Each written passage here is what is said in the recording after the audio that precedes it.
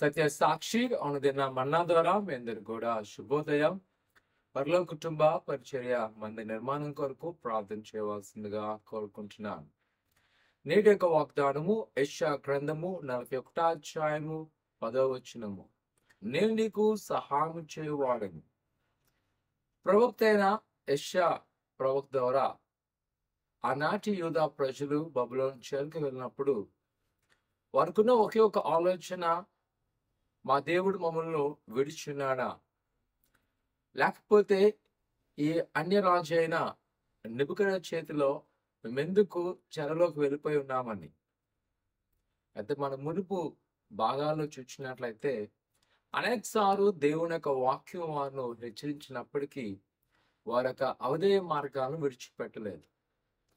అయినప్పటికీ వారు ఎప్పుడైతే మరలా దేవుని యొక్క సన్నిధిని చూసినప్పుడు అని అంటున్నాడు, నేను నీకు సహాయం చేయవాడను.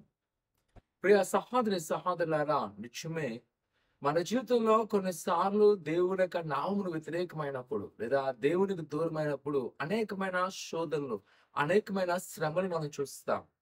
కానీ మరలా మనం కానీ ఆయన తిరిగినట్లయితే అనిచ్చే భరోసా, నేను నీకు సహాయం చేయవాడను. ఒకవేళ ఈ ఉదయకాల సమయంలో ఒకవేళ నీకు ఏదైనా అవసరం కలిగి ఉన్నావా, లేకపోతే నీ కుటుంబం కొరకు నువ్వు ఆలోచన చేస్తున్నావా, నీ వ్యక్తిగత జీవితం కొరకు నీ యోచన కలిగి ఉన్నావా, ఒక్క మాటే దేవుని యొక్క వాక్యం చెప్తుంది, నేను నీకు సహాయం చేయవాడను. ఆయన సిద్ధంగా ఉన్నాడు నిన్ను బలపరచడానికి, ఆయన ఆసక్తి ఉన్నాడు నేను ఆశ్రయించడానికి, ఆయన సహాయం కోరుకోవడానికి మనము సంసిద్ధంగా ఉన్నామా? ప్రార్థన చేసుకుందాం. పరిశుద్ధుడా దేవానికి ఉన్నారు ఆయన ఉదయకాల సమయంలో నీ బిడ్డలు మీరు జ్ఞాపకం చేసుకోండి. ఆయన వారి హస్తాల్లో భద్రపరచండి. ఆయన ఎవరు ఎలాంటి యొక్క అవసరం కలిగినప్పుడు కూడా ఆయన సహాయం చేయగల సముద్రం ఉన్న ప్రభా, ఏదో నీ సహాయం పొందుకునే విధంగా మేము సిద్ధపడటకు సహాయం దయచేయండి. మా హృదయాలు అటు విధంగా మలుచుటకు సహాయం చేసి నీ కృపాక్షములతో నింపి బలపరిచి స్థిరపరచమని యేసు నామమున తండ్రి, ఆమేన్.